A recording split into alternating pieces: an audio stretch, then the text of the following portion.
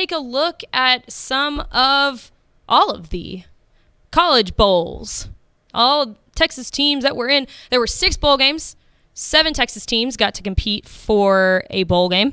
So let's run through some of these real quick. In the Independence Bowl, Texas Tech takes home the crown 34-14. I think this was a great showing for the Red Raiders. I'm not quite sure how much you can take from this game. Offensively, I think they looked really great. Baron Morton got the passing game going, threw to 4 or 5 different receivers, 3 of which had touchdowns.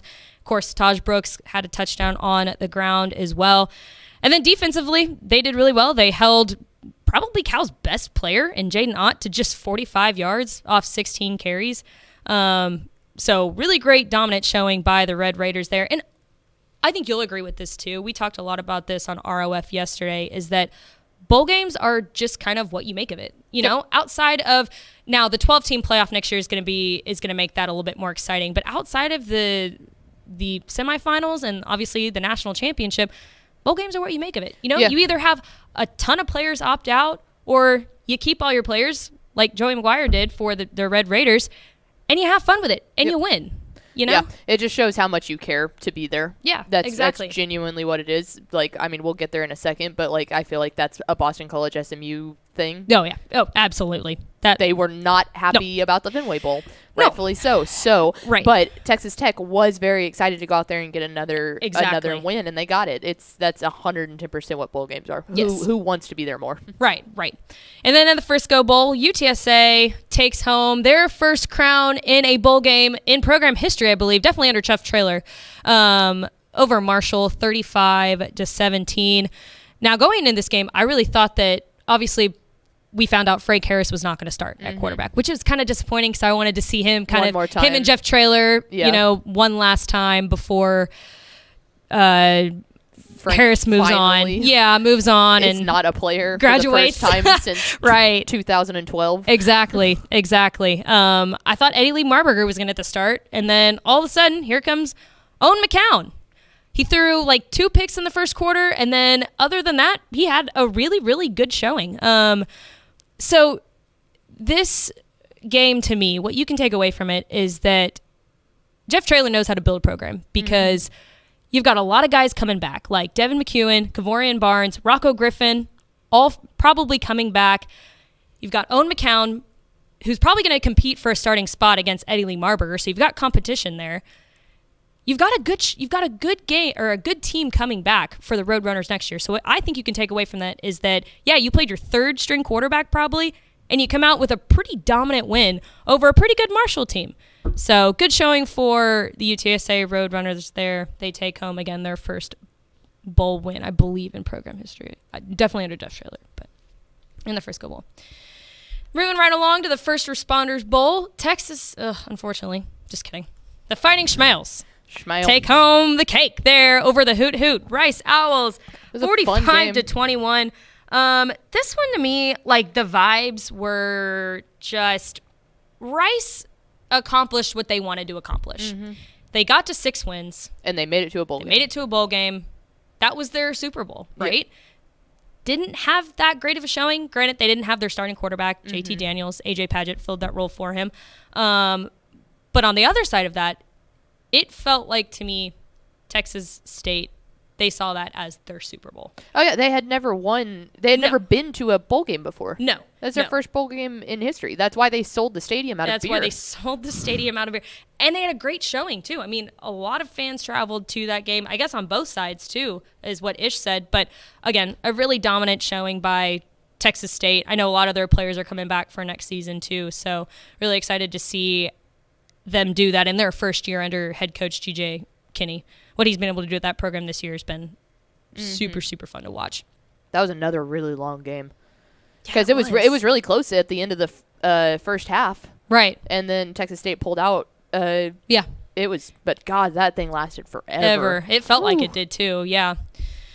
In the Texas Bowl, Oklahoma State 31, Texas A&M 23. I'm not talking very much about this game because there is literally nothing you can take from the Texas A&M side because they had quarterback, right, injuries on top of like 80 players entering the transfer portal beforehand. None of those guys were really their starters. I mean, either injury or they left. It's one of those things where it's like, yeah, I mean, you kept it close against a pretty good Oklahoma State team. Shout out Ollie Gordon, by the way. I was just love say, Ollie Gordon. Trinity's very own. Trinity's very own, who is the Doak Walker Award winner, by the way. Yes, good for Ollie. So, yeah, I mean, their starting quarterback, Jalen Henderson, gets hurt on the first play. Marcel Reed comes in. He's a freshman.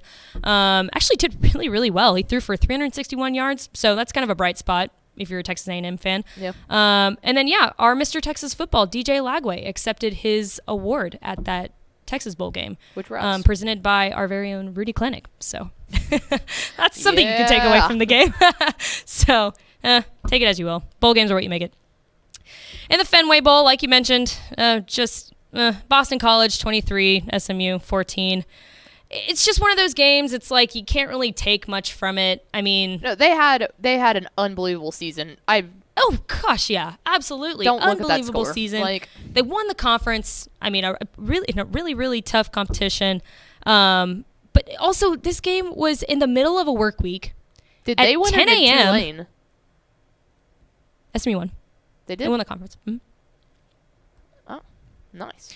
But again, like it's kind of one of those things. Bowl games are what you make it, right? So it's like middle of the work week, 10 a.m. kick. It was cold. It was rainy. It was a baseball stadium. The vibes were probably kind of weird. Yeah. We talked about it a little bit on ROF yesterday. I think that it may have been a good showing to beat a future conference opponent because SMU is moving to the ACC. Mm-hmm. But again, they're on their second string quarterback too. Yeah. Kevin Jennings is a great quarterback. I really do. But Preston Stone's their guy. And of course he got hurt early on in the season. So again, not much you can take from this game other than that, SMU, you had a fantastic season. You bring in a ton of transfers next year. Super excited to see what you do next year. And then to round it all out with kind of a depressing one, the Sugar Bowl, college football playoff semifinal. Washington defeats Texas 37-31. Man, I picked Washington to win this game for one reason and one reason only, and that was because I felt like the matchup to watch was going to be obviously Washington's receivers and Texas' secondary. And Texas' secondary is one of their weakest units on the defense. So it was going to be how well can those DBs step up to try and stop these NFL caliber wide receivers that Penix was throwing to all night. And the question was, I mean, they really couldn't. And a lot of the credit to the receivers, and not so much a knock on Texas' secondary. There were a couple times where these Texas DBs would make great plays. I mean, they tipped the ball, but these Washington receivers are so good. One of them being Jalen Polk, shout out Lufkin, Texas. It was Malik Muhammad goes up for the tip to make the play, and it just so happened that Jalen Polk was able to grab it after that and still make the play for Washington. So again, not really a knock on the secondary.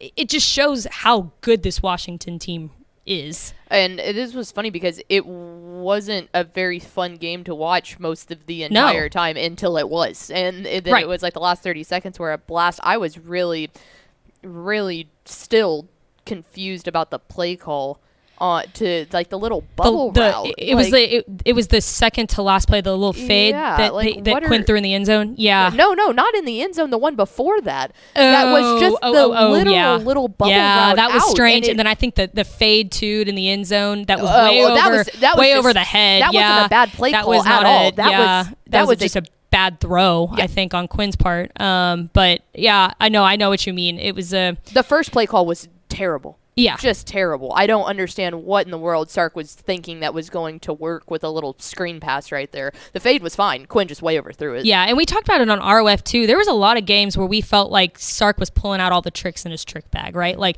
he's running all these, he's running Wildcat, just a lot of these complicated plays, and then we just didn't feel like he dove deep enough in this game. Because in the crucial moments that he needed to dig, he didn't. Exactly. Texas came close. Don't worry, Texas is still back. I'm sure they'll be fantastic next year with all the transfers and the commits that they have coming in. But yeah, Washington moves on to play Michigan in the national championship. So go Huskies all day and all night. They're cuter than Wolverines. So that's the only reason. You're just a Michigan State fan. Yeah. Well, I got to cheer for somebody, right? Can't cheer for my own team because they ain't doing nothing.